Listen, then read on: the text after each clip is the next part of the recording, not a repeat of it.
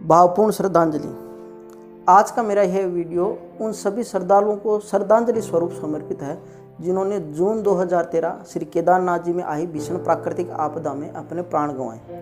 साथ में ही उनके परिवार के सभी सदस्यों को भी मेरा आज का यह वीडियो समर्पित है। केदारनाथ मंदिर की इस सीरीज के पिछले सभी वीडियो में हमने इस मंदिर से जुड़े हुए पौराणिक इतिहास और इस मंदिर के निर्माण से जुड़े हुए इतिहास के बारे में जानने का प्रयास किया है। इसके अलावा हमने यह भी जानने का प्रयास किया है कि किस प्रकार यह मंदिर 400 वर्षों तक ग्लेशियर में दबा हुआ रहने के बाद भी आज भी सुरक्षित खड़ा है। आज के इस वीडियो में हम बात करेंगे 16 जून 2013 को केदारनाथ में आई विनाशकारी बाढ़, जिसमें केदारनाथ मंदिर तो सुरक्षित रह जाता है, लेकिन इस प्राकृतिक आपदा में हजारों की संख्या में श्रद्धालुओं को अपनी जान गंवानी पड़ती है।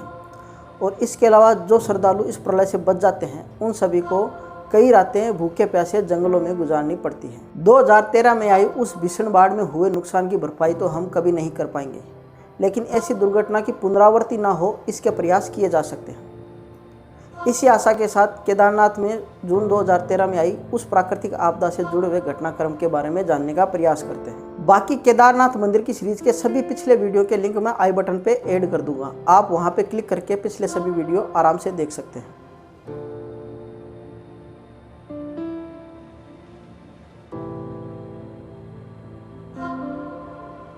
नमस्कार दोस्तों, मेरा नाम है योगेश और आप देख रहे हैं मेरा YouTube चैनल राइडिंग हिस्ट्री। दोस्तों, मैं अपने इस YouTube चैनल पर भारत के प्रसिद्ध पर्यटक स्थलों की जानकारी ऐतिहासिक तथ्यों के साथ देता रहता हूं। तो अगर आप मेरा यह वीडियो पहली बार देख रहे हैं तो मेरे इस चैनल को सब्सक्राइब करना ना भूलें और इस वीडियो से जुड़े हुए आपके विचार मुझे नीचे कमेंट बॉक्स में लिखकर ज़रूर बताएं। अगर आपको मेरा यह वीडियो पसंद आ रहा है तो लाइक का बटन जरूर दबाएं और अपने परिवार और दोस्तों के साथ मेरे इस वीडियो को शेयर करना ना भूलें। जून 2013 में आई बाढ़ पर बात करने से पहले मैं आपको केदारनाथ मंदिर के आसपास की भौगोलिक स्थिति के बारे में बताना चाहूँगा। समुद्र तल से 3580 मीटर की ऊंचाई पर स्थित केदारनाथ मंदिर तीन तरफ से ऊंचे ऊंचे पहाड़ों से घिरा हुआ है। मंदिर के एक तरफ 6705 मीटर ऊंचा केदारनाथ पर्वत है और दूसरी तरफ 6583 मीटर ऊंचा खर्चकुंड पर्वत है और तीसरी तरफ 6919 मीटर ऊंचा भरतकुंड पर्वत है। और इन्हीं तीनों विशालकाय पर्वतों की तलहटी में स्थित है केदारनाथ मंदिर। इन तीनों विशाल पर्वतों के अलावा केदारनाथ को मंदाकिनी, मधुगंगा, शीरगंगा, सरस्वती और स्वर्णदरी इन पांचों पवित्र नदियों का संगम स्थल भी माना जाता है। इन पांचों नदियों में से कई नदियां वर्तमान में विलुप्त हो चुकी हैं। वर्तमान में मंदाकिनी केदारनाथ में बहने वाली मुख्य नदी है। जून 2013 केदारनाथ में आई उस बाढ़ को आज 8 वर्ष से भी अधिक का समय हो चुका है, लेकिन जिन्होंने भी 16 जून की उस भयानक रात को जिया है या जिन लोगों ने उस रात अपने परिवार के किसी सदस्य को खोया है, उनको यह बस कल की ही बात लगती है। उस भयानक मंदिर को याद करके यह लोग आज भी सिहर जाते होंगे। केदारनाथ और इसके आसपास के क्षेत्र में जून 2013 से ही तेज बारिश होनी शुरू हो चुकी थी और यह बारिश लगातार और भी ज़्यादा तेज होती जा रही थी। इस बार केदारनाथ में होने वाली यह तेज बारिश यहाँ होने वाली औसत बारिश से कई ज़्यादा गुना तेज थी। इधर केदारनाथ में भगवान शिव के दर्शन करने वाले श्रद्धालुओं की संख्या लगातार बढ़ रही थी और उधर चोराबाड़ी ग्लेशियर में स्थित झीलों में लगातार हो रही बारिश और बर्फ के पिघलने की वजह से जल स्तर लगातार बढ़ रहा था। इससे पहले केदारनाथ में इतनी तेज बारिश कभी नहीं हुई थी, ना ही यहाँ के स्थानीय निवासियों ने ऐसी बरसात कभी देखी थी। 15 जून से ही बारिश और भी ज़्यादा तेज होने लग जाती है, लेकिन केदारनाथ में भगवान शिव के दर्शन करने आने वाले श्रद्धालुओं की संख्या लगातार बढ़ती जा रही थी। और इधर केदारनाथ में जो श्रद्धालु पहले पहुंचकर भगवान शिव के दर्शन कर चुके थे वह बारिश के रुकने का इंतजार कर रहे थे ताकि भगवान शिव के दर्शन करके वह अपने घर वापस लौट सके। लेकिन इस बार ऊपर वाले को शायद कुछ और ही मंजूर था। 16 जून तक बारिश इतनी तेज हो चुकी थी कि चोराबाड़ी ग्लेशियर में स्थित गांधी सरोवर झील पूरी तरह से भर चुकी थी और इस झील की पाल किसी भी समय टूट सकती थी। इधर केदारनाथ में किसी भी अनहोनी से बेखबर श्रद्धालु भगवान शिव की भक्ति में मगन हो रखे थे और कुछ बारिश के रुकने का इंतजार कर रहे थे ताकि वह लोग अपने घर वापस लौट सकें।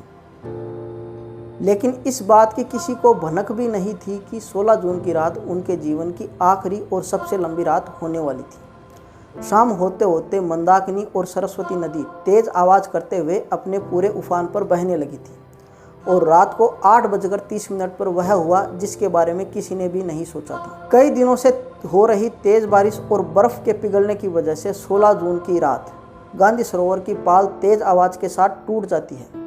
इधर केदारनाथ में किसी को कुछ भी समझने का मौका मिले उससे पहले लाखों मीट्रिक टन पानी सब कुछ तबाह कर देता है।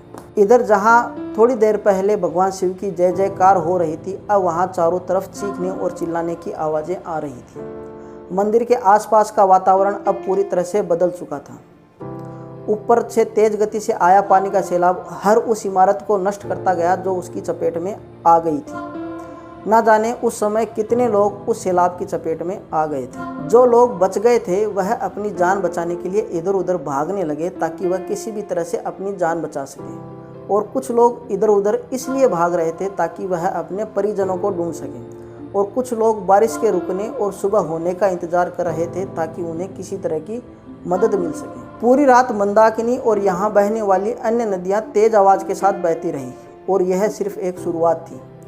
अगली सुबह और भी ज़्यादा भयानक होने वाली थी, और इस बात का भी किसी को अनुमान नहीं था। सुबह होने के साथ ही चोराबाड़ी झील के तटबंध बहुत तेज आवाज़ के साथ पूरी तरह से टूट जाते हैं, और इसी के साथ मंदाकिनी नदी के पानी का बहाव पहले से और ज़्यादा तेज हो जाता है। इस बार पानी के बहाव में पानी के साथ साथ बड़े बड़े पत्थर भी शामिल होते हैं, और इधर नीचे इतनी तेज आवाज़ सुनने के बाद जो लोग नीचे बच गए थे वह अपनी जान बचाने के लिए इधर उधर भागने लगते हैं, लेकिन इसमें कुछ ही लोग सफल हो पाते हैं। इस बार जो सैलाब आता है उसकी चपेट में आने वाली हर इमारत, होटल, घर, रेस्टोरेंट, दुकानें और केदारनाथ बस्ती पूरी तरह से तबाह हो जाते हैं। केदारनाथ के पास में स्थित रामबाड़ा इस प्रलय में पूरी तरह से नष्ट हो जाता है, और इसके अलावा गौरीकुंड में भी बहुत ज़्यादा जान माल का नुकसान होता है। इस बार केदारनाथ मंदिर को भी आंशिक रूप से नुकसान पहुँचता है, लेकिन इसी समय एक बहुत बड़ी चट्टान ठीक मंदिर के पीछे आकर रुक जाती है, जिससे मंदिर की तरफ बहने वाला तेज पानी का बहाव दो हिस्सों में बंट जाता है,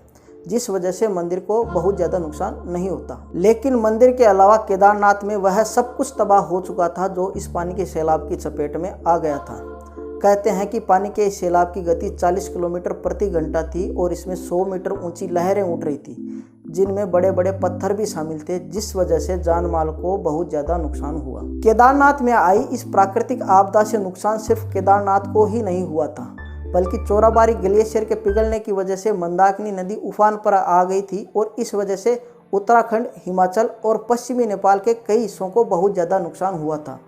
इसके अलावा मैदानी इलाकों में हरिद्वार और ऋषिकेश में गंगा नदी खतरे के निशान से ऊपर बहने लगी थी, और उधर ऊपर केदारनाथ और इसके आसपास के क्षेत्र में हो रही तेज बारिश की वजह से कई जगहों पर लैंडस्लाइड भी हो चुके थे, जिस वजह से केदारनाथ को जोड़ने वाली कई सड़कें और पुल पूरी तरह से टूट चुके थे। इस वजह से भी अभी तक बचाव कार्य शुरू नहीं हो पा रहे थे। इधर इस प्राकृतिक आपदा से प्रभावित हुए हजारों लोग जंगलों और घाटियों में भटकने के लिए मजबूर हो चुके थे। 17 जून 2013 को भारतीय थल सेना, नौसेना, वायुसेना, आईटीबीपी और एनडीआरएफ की टीमें बाढ़ से प्रभावित निचले इलाकों में बचाव के कार्य शुरू कर देती हैं, और जैसे ही मौसम साफ होता है बाढ़ से प्रभावित ऊपरी इलाकों में भी बचाव के कार्य शुरू कर दिए जाते हैं।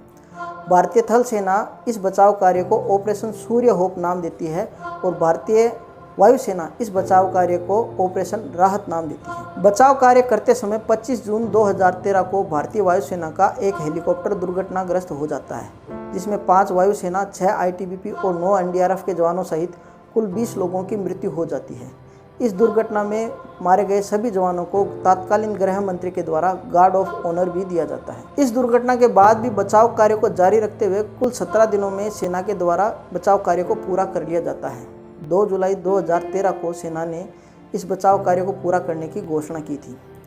इस बचाव कार्य में सेना ने लगभग 1 लाख से भी ज़्यादा लोगों की जान बचाई थी और उन्हें रेस्क्यू किया था, और लाखों की संख्या में राहत सामग्री बाढ़ से प्रभावित लोगों तक पहुंचाई थी। केदारनाथ में आई इस महाप्रलय में मारे गए श्रद्धालुओं का सरकारी आंकड़ा मात्र 5000 ही है, लेकिन एक ऐसा अनुमान है कि लगभग 10 से 15 हजार श्रद्धालु इस प्राकृतिक आपदा में मारे गए थे। इसके अलावा बहुत सारे लोग ऐसे भी हैं जो कि इस बाढ़ में लापता हो गए, और उनके परिवार के सदस्य आज भी इस इंतजार में हैं कि एक दिन वह लोग लौटकर जरूर आएंगे। अब हम थोड़ा बात कर लेते हैं कि केदारनाथ में प्रलय क्यों आई और इसके वास्तविक कारण प्राकृतिक थे या फिर मानवीय। वैज्ञानिकों के अनुसार इन दोनों ही कारणों ने इस प्राकृतिक आपदा को आमंत्रण दिया था। 2013 से पहले केदारनाथ और इसके आसपास के क्षेत्र में बहुत तेजी से निर्माण कार्य हो रहे थे और बहुत ज़्यादा संख्या में हो रहे थे। निर्माण कार्य को पूरा करने के लिए जगह जगहों पर पेड़ और पहाड़ काटे जा रहे थे। इसके अलावा पहाड़ों में बहुत ज़्यादा मात्रा में प्लास्टिक वेस्ट भी इकट्ठा हो चुका था।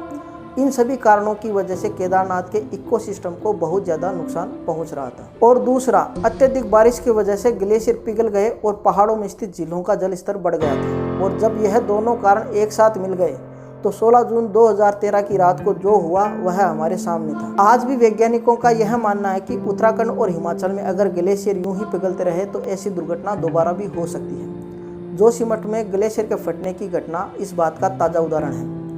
अब हम सबको यह समझना होगा कि हमें प्रकृति की जरूरत है, ना कि प्रकृति को हमारी। आज के इस वीडियो को मैंने बिल्कुल भी बढ़ा चढ़ाकर प्रस्तुत करने की कोशिश नहीं की है, बल्कि जितना ज़्यादा हो सके उतना ज़्यादा तथ्यात्मक रखने की कोशिश की है। लेकिन उसके बाद भी अगर मेरे से इस वीडियो में कोई गलत जानकारी दी गई है तो मैं उसके लिए हाथ जोड़कर क्षमा प्रार्थी हूँ। बाकी आप सभी लोगों से यह निवेदन है कि मेरे इस वीडियो को आप ज़्यादा से ज़्यादा शेयर करें ताकि सभी लोगों तक सही जानकारी पहुंच पाए। आशा है केदारनाथ मंदिर से जुड़ी हुई यह जानकारी आपको पसंद आई होगी। केदारनाथ मंदिर से जुड़ी हुई ऐसी ही अनकही और अनसुनी बातों को जानने के लिए जुड़े रहिए मेरे YouTube चैनल राइडिंग हिस्ट्री से। अगर मेरे इस वीडियो में आप यहाँ तक पहुँच गए हैं तो आप सभी से एक छोटा सा निवेदन है कि आप इस वीडियो से जुड़े हुए आपके विचार मुझे नीचे कमेंट बॉक्स में लिखकर जरूर बताएं। अगर आपको मेरे इस वीडियो में कोई कमी दिखती है या कोई जानकारी गलत लगती है तो भी आप मुझे नीचे कमेंट बॉक्स में लिखकर जरूर बताएं।